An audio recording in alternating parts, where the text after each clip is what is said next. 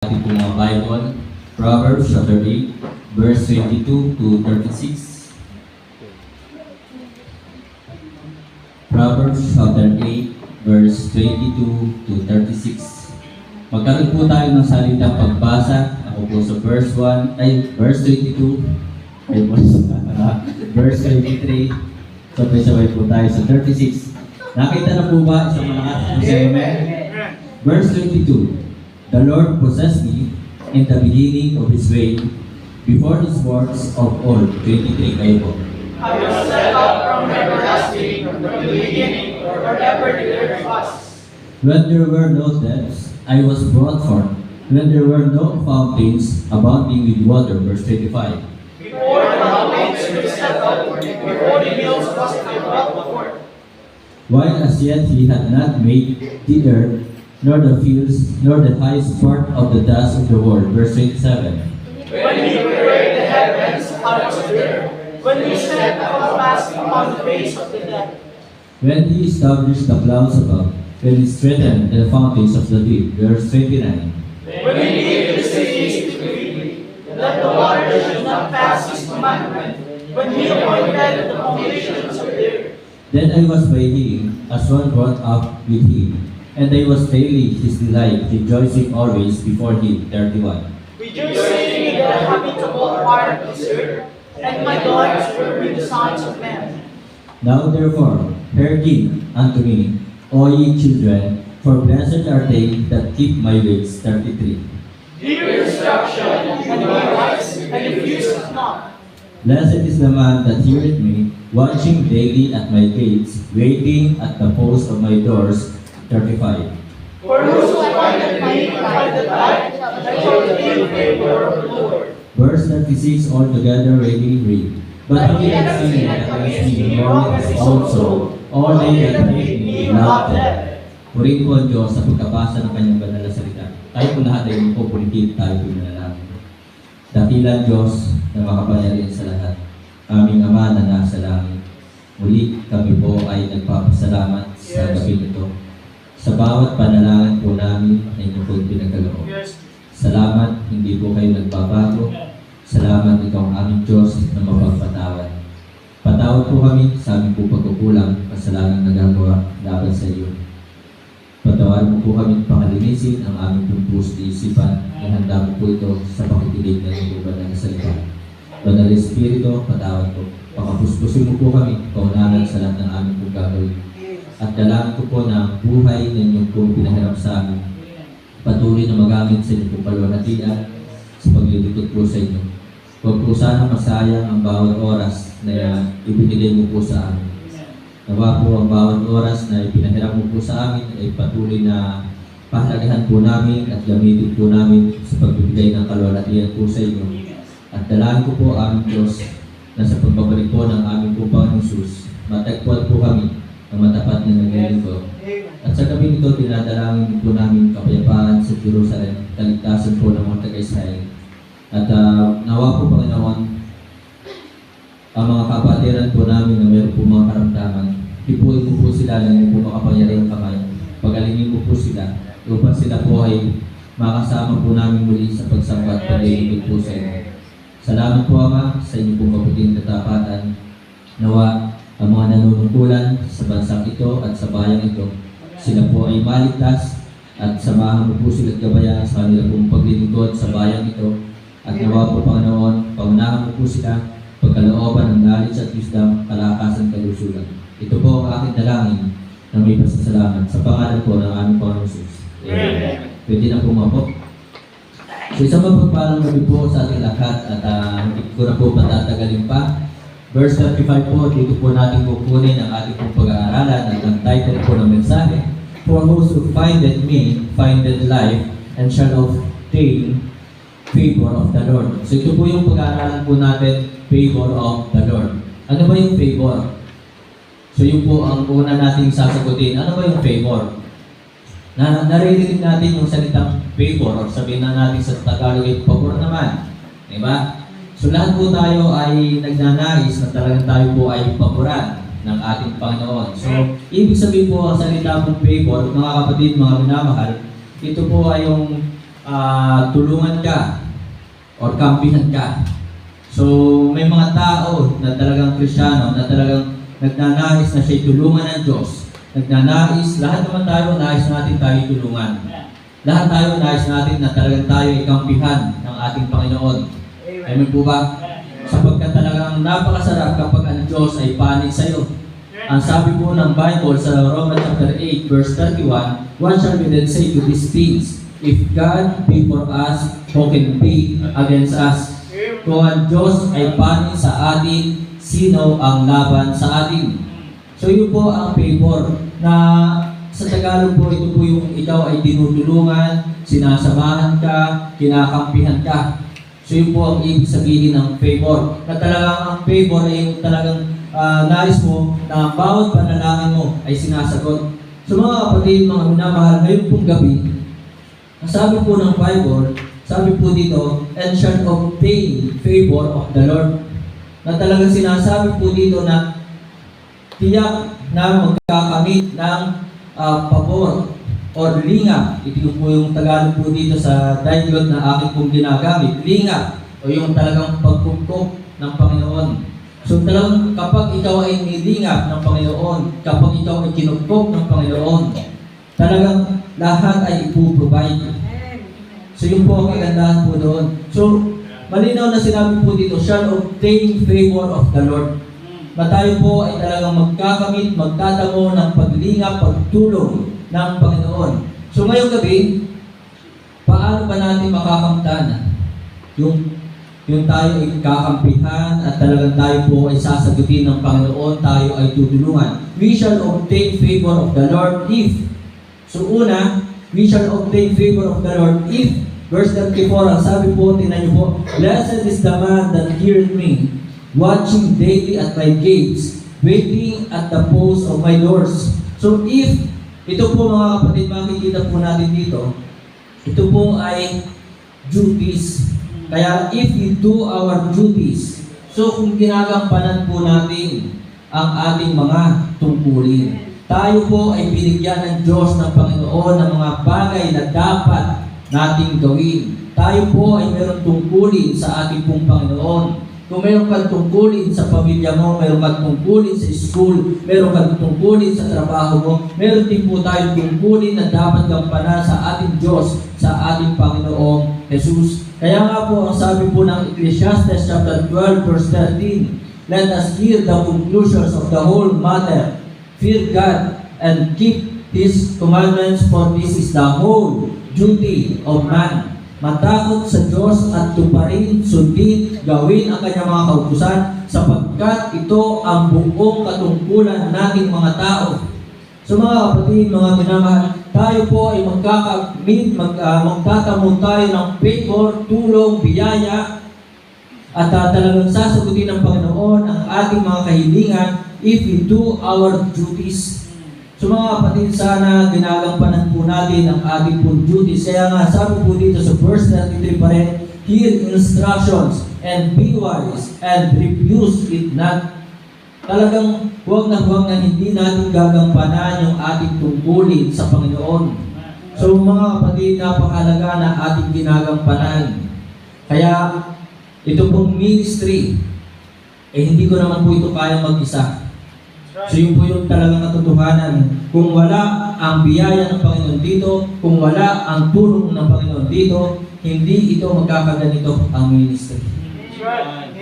At isang napakaganda nga pong pabor pa, favor na ibibigay ng Panginoon ay yung magkaroon tayo ng sasakyan.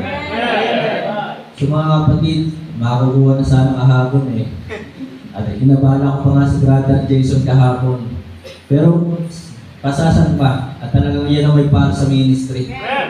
So, makakamtan natin patuloy ang mga biyayang ito ng Panginoon if we do our duties. Una, let us do our duties with diligence. Dapat masipag tayo. Kaya mga Bible student, ang ministry ay hindi madali. Pero sana sa ating pong lahat talagang gampanan natin ang ating mga tungkulin na mayroon pong kasipagan. Huwag tayong tatamad-tamad. Amen po ba? Ang sabi po ng Proverbs 11:27, tingnan po natin ang ating pong Bible. sa Proverbs 11:27. Tingnan po ninyo. Verse 27, nandiyan na po kayo sa amen.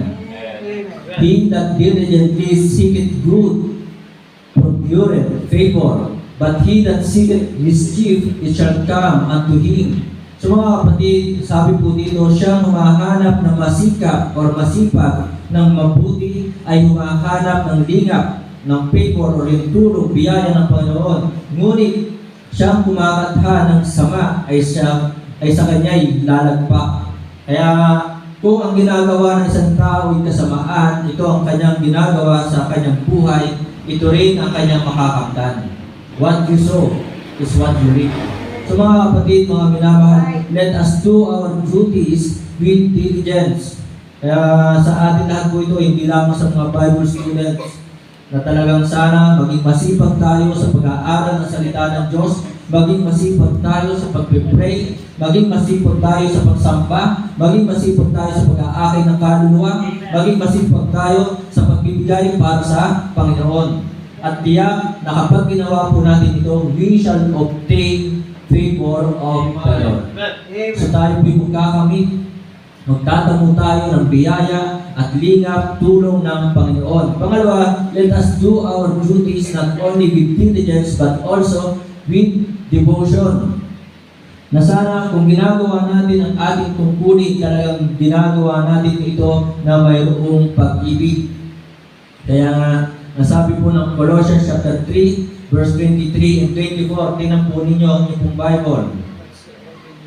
Whatsoever you do, do it heartily as unto the Lord, and not unto men. And then verse 24, knowing that of the Lord ye shall receive the reward of the inheritance, for ye serve the Lord Christ. So malinaw po sinabi niya, knowing that of the Lord ye shall receive the reward. So tatanggap tayo ng favor or biyaya or gantimpala sa Panginoon. Kung talagang ginagawa natin ang bawat bagay na mayroon pong pag-ibig para sa Panginoon. So hindi para sa ating pansarili, hindi para mapansin ng ibang tao o ng ating kapwa, kundi talagang gawin natin ang ating tungkulin na mayroon pong pag-ibig, at kapag ginawa po natin yan, we shall obtain favor of the Lord. So talagang tayo po'y magkakamit, magtatamo tayo ng lingap, tulong, biyaya, at sasagutin ng Panginoon ang ating panalangin. And then, let us do our duties not only with devotion but also with delightfulness. Sana talagang masaya kayo. Masaya kayo nagsuko ng inyong buhay. Masaya kayong ma-attend ng prayer meeting. Masaya kayong nagpe-pray. Masaya kayong nagbabasa ng Bible. Masaya kayong nagbibigay. Masaya kayong nag-aakay ng kaluluwa. Masaya kayong nagbabahagi ng salita ng Diyos. So, let us do our duties with delightfulness. Kaya nga sabi po ni King David, I delight to do thy will, O my God. Thy law is within my heart. And then sabi pa, I was glad when they said unto me, let us go into the house of the Lord. Kaya sana, ang bawat Kristyano, talagang hindi na dapat napipilitan pa, hindi na dapat iniimbita pa na umaten ng prayer meeting. Hindi na dapat iniimbita pa na umaten ng pagsamba maghapon. Dapat nandoon ang kagalakan na ginagawa ang lahat ng tungkulin, ang mga utos na ito ng Diyos. So mga kapatid, mga minamahal, let us do our duties with delightfulness. Kapag ginawa natin ito, we shall obtain favor of the Lord. Tayo po ay magkakamit ng talagang lingap, tulong, biyaya ng Panginoon. So mga kapatid, mga minamahal, so talagang there is joy in serving Jesus. Amen. So Psalms 119 verse 60, pinag nga po natin. Psalms 119 verse 60. So nandiyan na ba kayo sa amen? So 119 verse 60, 60. So 60 po. Okay. Sabi dito, I made haste and delay not to keep thy commandments. So mga kapatid, talaga dapat maging masipag tayo. Huwag natin i-delay ang pagsunod sa mga utos ng Diyos. Diba? Kasi minsan, sasabihin ng ibang Kristyano, saka na ako sasampa, saka na ako mag-involve sa ministry, saka na ako magpe-pray, saka na ako magbabasa ng Bible, saka na ako maglilingkod sa Panginoon. So sabi po dito, I mean haste, dapat nagmamadali tayo. Dapat wala tayong hesitation and delay not to keep thy commandments. So dapat talagang nandoon ang lagi nating pagsunod na ginagampanan natin ang ating tungkulin. So if we do our duties with diligence, devotion, delightfulness, and if we do our duties with down to earth, dapat kung tayo po'y maglilingkod at susunod sa mga utos ng Panginoon, dapat down to earth po tayo. Huwag tayo magiging mayabang. Kasi merong mga Kristiyano at mga kabataan na talagang mayabang. Wala pa nagagawa para sa Panginoon ay mayabang na. Diba? So, wala pa nagagawa. At ang iba, mayroon lang nagawa para sa Panginoon, ay nagyabang na. So, let us do our duties with down to earth. Merong pagpapakumbaba. 1 Peter chapter 5 verse 5, tingnan po natin ang ating pong Bible. Sa 1 Peter chapter 5 verse 5 and 6. Sabi po dito, kaya maganda po kung nais niyong sagutin ang inyong panalangin, kung nais na po kayong tulungan ng Panginoon, kung nais na po talaga na kayo'y kampihan ng Panginoon. So let us do our duties. Gampanan natin ang ating mga tungkulin. Likewise, ye younger. So sino? Younger, mga kabataan. Kami yan. So yan, talaga. Tayo yan, ano? Tayo yan, kulang tayo. Kulang tayo sa buhok. Ye younger, submit yourselves unto the elder. So magpasakop ang mga kabataang ito sa mga nakatatanda, sa mga matatanda. Okay? Doon sa mga wala ng buhok. Amen. Richard! Kaso talagang marami sa mga kabataan ngayon, hindi talaga nagpapasakop. So submit yourselves unto the elder. Yet, all of you, be subject one to another. So all of you. So sinabi po dyan, and be clothed with humility. Madamitan tayo ng pagpapakumbaba. For God resisted the proud and giveth grace to the humble. Kaya mga kapatid, kung nais natin na tayo kampihan, tulungan, at biyayaan ng Panginoon, ay talagang let us do our duties with down to earth. Humble yourselves therefore under the mighty hand of God, that He may exhort you in due time. So upang tayo po ay iangat, i-promote, tulungan. Kaya mga kapatid, mga minamahal, hindi natin basta ginagawa ang ating mga tungkulin. Kailangan ginagampanan natin ito na mayroong pag-iingat at talagang dapat ang Panginoon ang ating itinataas, hindi ang ating sarili. So yun po mga kapatid, mga minamahal, Deuteronomy chapter 5 verse 33. Deuteronomy chapter 5 verse 33. Sabi po ng Bible sa verse 33, ye shall walk in all the ways which the Lord your God hath commanded you. Tayo ay dapat lumalakad at nabubuhay doon sa mga kautusan ng Panginoon ay pinag-uutos sa atin. Ay marami ngayon mga lawbreaker, diba? Talagang hindi tumutupad sa batas, hindi sumusunod sa utos ng Diyos, that ye may live. So, sumunod ka sa mga utos ng Diyos, tayo lahat ay dapat nabubuhay sa mga kautusan ito ng Diyos upang tayo mabuhay and that it may be well with you. So, talagang mabubuhay ka sa lupang ito na talagang mayroong kasaganaan well with you. So, talagang hindi ka paghihirapin, hindi ka maghihirap and that He may prolong your days. So, hahaba ang iyong buhay in the land which He shall possess. So yun po yung favor ng Panginoon na talagang kung tayo ay susunod sa kanyang mga kautusan, hahaba ang ating buhay, mabubuhay tayo sa mundong ito ng masagana.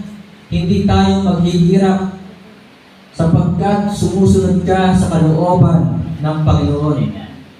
Deuteronomy chapter 6 verse 24.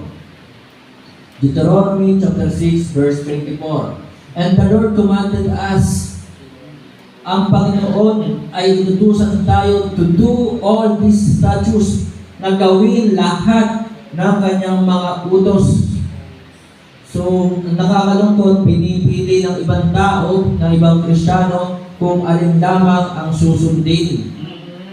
Di ba? Ang sabi po dito, to do all these statutes, to fear the Lord our God, for our good always. So kapag ginawa mo ang lahat ng mga kautusan ng Diyos, para kanino? Sa iyo, di ba? For your own good. Yun po sinabi dito, for our good always. Kaya mga kapatid, mga minamahal, hindi ka talo, hindi ka lugi kung ikaw ay sumusunod sa mga utos ng Diyos.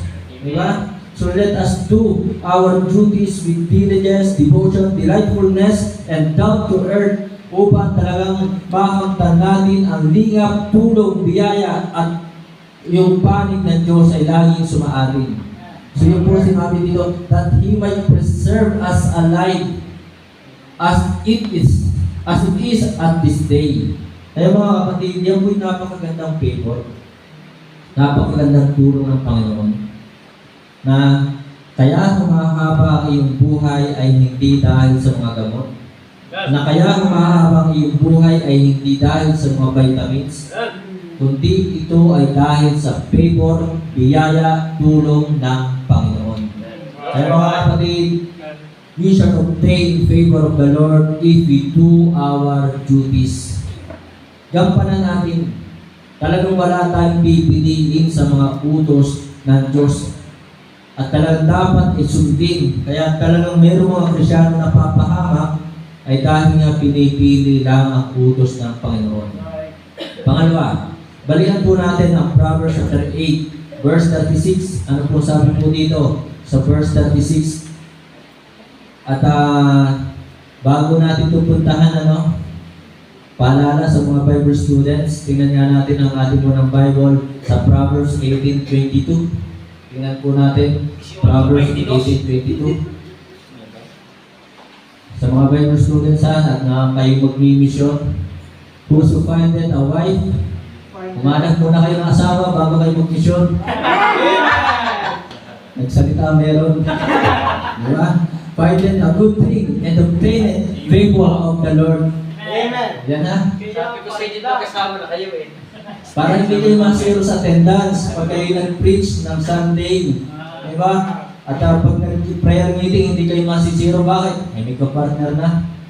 So ayan, sinabi po ng Bible, whoso findeth a wife, findeth a good thing, and obtaineth favor of the Lord. Sa iyo po. Okay, balikan na natin ang Proverbs 8:36. But he that sinneth against me, wrongeth his own soul. All they that hate me. So ang nagagalit na pupuot sa Panginoong Diyos na ating Panginoon, love them. So talagang iniibig nila ay kamatayan. Doon sa mga ayaw sumunod sa ating Diyos, sa ating Panginoon Jesus, ang kanilang ninanais, iniibig, or minamahal ay kamatayan. So pangalawa, we shall obtain favor of the Lord if we depart from darkness. If we depart from darkness. Tayo ay kaawaan, tutulungan, kakampihan tayo ng Panginoon at tayo isasagutin ang ating panalangin kung tayo po ay lumalayo sa gawa ng masama. Kung tayo ay lumalayo sa kadiliman. Ephesians chapter 5 verse 7 to 11. Ephesians chapter 5 verse 7 to 11. Sabi po ng Bible sa verse 7, be not ye therefore partakers with them. Huwag makikisama. For ye were sometimes darkness, kaya huwag na kayo makisama pa sa mga nagsusugal. Huwag na kayo makisama pa sa mga nag-iinom, sa mga nagbibisyo, sa mga magnanakaw. But now are ye light in the Lord, walk as children of light. For the fruit of the Spirit is in all goodness and righteousness and truth, proving what is acceptable unto the Lord, and have no fellowship with the unfruitful works of darkness, but rather reprove them. So, ano meron sa November 1? So, be not ye therefore partakers with them. Baka naman kayo pupunta din ng sementeryo ng October 31, November 1, may dala kayong pagkain, may dala kayong kandila.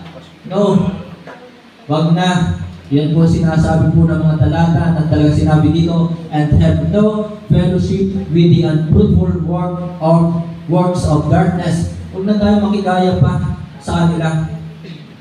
Di ba? Baka pamaya, pinagdadasal nyo pa yung mga kamag-anak na namatay. Di ba? Mabuhay daw, sabi. Pag pinagdasal ninyo, nabuhay pa yan. Ano?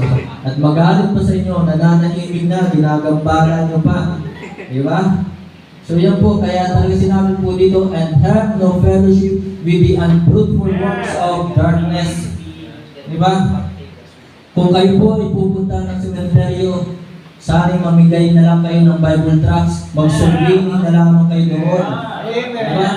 So sana yun ang purpose ng pagpunta sa mga libingan o sementeryo. Baka pamaya may dala kayong kandila, pintura, diba? Pagkain, ito yung favorite na pagkain ng aking lolo eh. Tapos siya din naman ang kakain. Diba? So, tapos iiwan ko ng pagkain, kakainin lamang ng mga langgam, ng guyang. Di ba? Eh dapat habang buhay pa ang mga mahal sa buhay, ay talagang dinadalaw na, sinusunod na, at binibili na, binibilhan na ng mga favorite na pagkain, hindi kung kailan patay na, ay saka dadalhan doon sa sementeryo sa puntod. Di ba? Sa mga kapatid, habang buhay pa ang mga mahal sa buhay, ay talagang ipadama nyo na ang iyong pag-ibig sa kanila, sunodin nyo na sila. At minsan ko nang sinabi, they don't need your tears when they die. Yes, sir. Hindi nila kailangan ang iyong pag-iyak kapag sila'y namatay. Ang kailangan nila habang sila'y nabubuhay ay ang iyong pag-ibig, ang iyong pagsunod sa kanila. So mga kapatid, sabi diyan, have no fellowship with the unfruitful works of darkness. And then, Christmas. Di ba? Baka naman kayo magsasabi pa ng mga Christmas light diyan sa inyong mga tahanan, ng mga Santa Claus. So wag na. At yan po sinasabi ng mga talatang iyan. Have no fellowship with the unfruitful works of darkness, but rather reprove them. Colossians 3:25, tingnan po natin. Colossians chapter 3, verse 25. Verse 25, but he that doeth wrong shall receive for the wrong which he hath done, and there is no respect of person. Kaya mga kapatid, tayo po'y kakampihan ng Panginoon. Tutulungan tayo ng Panginoon kung tayo ay lalayo, iiwas sa mga gawang masama o sa kasalanan. Yun po yun. Kaya malinaw, no respect of person. Wala pong tinatangi, walang pinipili. Kaya maging pastor man, kung magkasala, ibig sabihin, talagang meron din consequences. Mananagot din ang pastor. Kaya, but he that doeth wrong shall receive for the wrong which he hath done, and there is no respect of person. Kaya kung nais mong sagutin ng Panginoon ang ipanalangin, tulungan ka ng Panginoon. Kung nais mong ikaw ay kampihan ng Panginoon na ating Diyos, ng ating Panginoon, we need to depart from darkness. And we need to depart from darkness to show our life has been changed. Kailangan natin tumayo sa mga gawa ng masama upang ipakita na talagang nabago ang ating buhay. Nabago ba ang buhay nyo? Simula nung tinanggap ninyo si Kristo bilang Panginoong tagapagligtas. Maraming mga Kristyano pa rin hindi ko nakikitaan ang pagbabago. Maraming may pagbabago, sumasamba, nakikinig ng salita ng Diyos, at nagbabasa ng Bible, nagpe-pray. Pero yung dating pagkatao ay nandun pa rin, pinagsasama eh. So dapat talagang bitawan ang isa. Prove all things, hold fast that which is good. So panghawakan lamang ay kung ano ang mabuti. Bitawan ang masama. So we need to depart from darkness to show our life has been changed, to show our loyalty to God. No man can serve two masters. No man can serve two masters. Kaya kung ikaw ay sa Jesus Christ Bible Baptist Church, dito ka sa Jesus Christ Bible Baptist Church. Hindi ka na doon sa mga malalaking simbahan, di ba? Baka pamaya, nandun ka, pag araw ng Miyerkules, nandun ka, Diba? Nagro-rosary. Diba? So, to prove our loyalty to God. Kaya mga kapatid, mga minamahal, we need to depart from darkness. We need to depart to prove our loyalty to God and to show our Lord Jesus Christ reigns over us upang ipakita talaga na ang Panginoong Jesus ang siyang naghahari sa atin. Proverbs chapter 12 verse 2. Tingnan po natin ang ating pong Bible sa Proverbs chapter 12 verse 2. A good man obtained favor of the Lord. Talagang ang mabuting tao, ibig sabihin may talagang gumagawa ng mabuti, lumalayo sa kasalanan, umiliwas sa kasalanan, obtained favor of the Lord, but a man of wicked devices, ang tao na talagang masama, will condemn, ay talagang parurusahan. So tayo po'y kakampihan ng Panginoon, tutulungan tayo ng Panginoon, sasagutin ng Panginoon ang ating panalangin if we depart from darkness. Kung tayo po ay lumalayo sa anumang gawa ng masama. And then the last, Proverbs chapter 8, verse 33. Heed instructions and be wise, and refuse it not. And then verse, so mga kapatid, the last, so we shall obtain favor of the Lord if we distribute the true doctrine. If we distribute the true doctrine. Kaya ako pinagpapasalamat sa Panginoon dahil nga po sa pagbabahagi natin ng mga katotohanan, tamang katuruan, ay tayo po ay talagang nililingap ng Panginoon, tinutulungan tayo ng Panginoon. So dito po sa beginning verse 22 to 31 ng Proverbs chapter 8, tingnan niyo po, verse 22. The Lord possessed me in the beginning of His way, before His works of old. I was set up from everlasting, from the beginning or ever the earth was. When there were no depths, I was brought forth. When there were no fountains abounding with water, before the mountains were settled, before the hills was I brought forth. While as yet He had not made the earth, nor the fields, nor the highest part of the dust of the world. Then 27, when He prepared the heavens, I was there. Sino ba yung nagsasabi dito, I was there? Ito po ay ang Panginoong Jesus. Ito po yung pre-incarnate Christ. So mga kapatid, talagang ituro natin na ang Panginoong Jesus, before the world began, He was there. Amen. Ituro natin ang katotohanan, ang katuruan ng Diyos na talaga the Lord Jesus Christ, i-distribute natin, i-share natin that Jesus Christ is the true God. So lagi natin yung ibahagi. Gamitin natin ang ating Facebook, ang ating Messenger, ang ating social media na ibahagi natin na ang Panginoong Jesus ay tunay na Diyos. So yun po, dito po sa mga talata na ating pong binasa, I was set up from everlasting. Yan po ay ang ating Panginoong Jesus. So ang sabi po ng John chapter 1 verses 1 to 3, in the beginning was the Word, and the Word was with God, and the Word was God. Amen. Amen. So ang salita ay Diyos. So, and then verse 2, the same was in the beginning with God. So talagang pareho, nasa simula ay nasa sa Diyos. All things were made by Him. So sino yung Him na tinutukoy diyan? Ang Panginoong Jesus. Na dahil sa Kanya, ang lahat ng mga bagay ay nalikha. And without Him was not anything made that was made. So kung wala ang Panginoong Jesus, ay wala ang mga bagay na nalikha. So malinaw na ang ating pong Panginoong Jesus ay tunay na Diyos. So tayo po ay tutulungan, kakampihan ng Panginoon na ating Diyos kung tayo po ay nagbabahagi if we distribute the true doctrine. So yun po mga kapatid, or share that Jesus Christ is the true God. And then sabi po ng Colossians chapter 1, verse 15 to 17. Colossians chapter 1, verse 15 to 17. Who is the image of the invisible God, the firstborn of every creature? For by Him all things created. So diyan ay itinuro pa ni Apostol Pablo na ang ating Panginoon Jesus ay Creator. Amen po ba?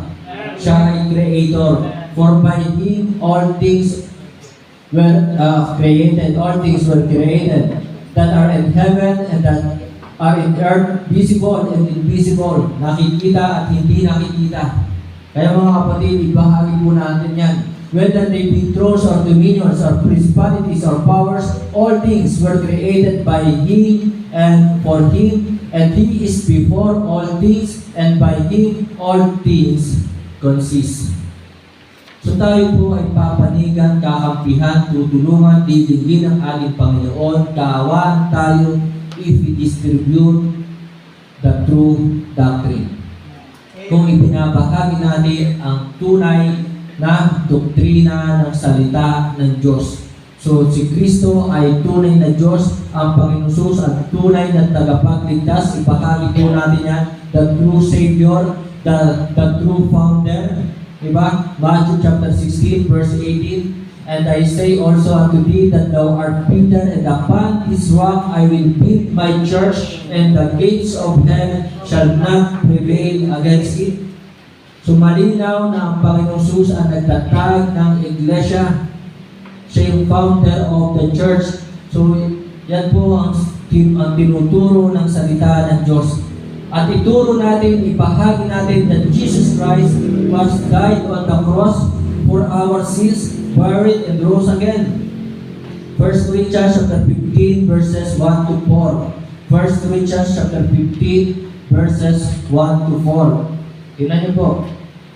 So tayo po'y kaawaan, tutulungan, bibiyaan, kakampihan ng ating Panginoon kung talagang ibinabahagi natin ang Ebanghelyo ni Kristo. Moreover, brethren, I declare unto you the gospel which I preach unto you, which also ye have received, and wherein ye stand, by which also ye are saved, if ye keep in memory what I preach unto you, unless ye have believed in vain. For I deliver unto you first of all that which I also received, how that Christ died for our sins according to the Scriptures, and that He was buried, and that He rose again the third day according to the Scriptures. So kakampihan ka ng Panginoon, tutulungan ka ng Panginoon, susundin ng Panginoon ang iyong mga prayer, ibibigay ng Panginoon kung ibinabahagi po natin ang mga katuruan ng salita ng Diyos. So yun po, if we want favor of the Lord, if we want to obtain the favor of the Lord, we need to distribute the true doctrine. And mga kapatid, mga minamahal, bago tayo magtapos, do it constantly. Hindi yung kung kailan lang natin magustuhan. Yung pagsunod sa mga utos ng Diyos, do it constantly, do it cheerfully, do it charitably, talaga may pag-ibig, and you shall obtain favor of the Lord. So talagang ikaw ay tutulungan, kakampihan ng Panginoon, sasagutin ng Panginoon ang prayer mo if you do it constantly, cheerfully, and charitably.